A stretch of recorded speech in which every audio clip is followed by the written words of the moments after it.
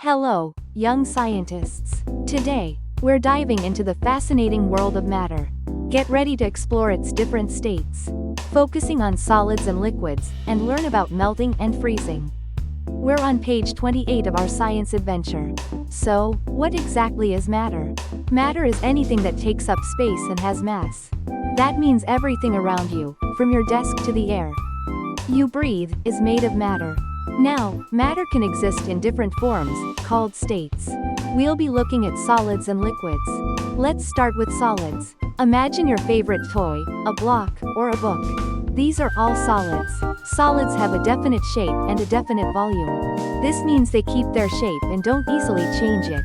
Think about a wooden block, it stays a block, right? The tiny particles that make up solids are packed tightly together and arranged in a specific pattern. They vibrate, but they don't move around much. This tight packing is why solids hold their shape. Next, we have liquids. Think of water, juice, or milk. These are all liquids. Liquids have a definite volume, but they don't have a definite shape. They take the shape of the container they're in. If you pour water into a glass, it takes the shape of the glass. If you pour it into a bowl, it takes the shape of the bowl. The particles in a liquid are still close together, but they can move around more than the particles in a solid. This allows liquids to flow and change shape. Now, let's talk about something really cool: melting and freezing. These are processes that change the state of matter. Melting is when a solid changes into a liquid. Imagine an ice cube. When you leave it out on a warm day, it starts to melt, right? That's because the ice cube is absorbing heat from the surroundings. The heat gives the particles in the solid more energy, allowing them to move around more freely until they become a liquid. The temperature at which a solid melts is called its melting point.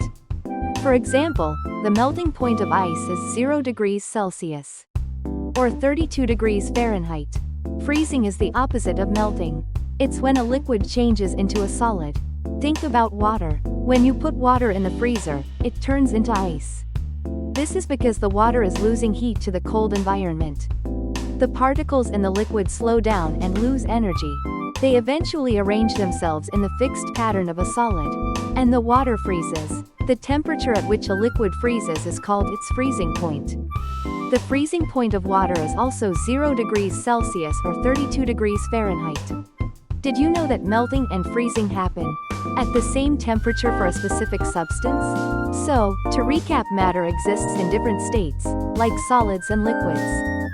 Solids have a definite shape and volume, while liquids have a definite volume, but take the shape of their container. Melting is when a solid turns into a liquid, and freezing is when a liquid turns into a solid. These changes happen at specific temperatures, the melting and freezing points. Keep exploring, keep questioning, and keep learning about the amazing world of matter. Remember, science is all around you.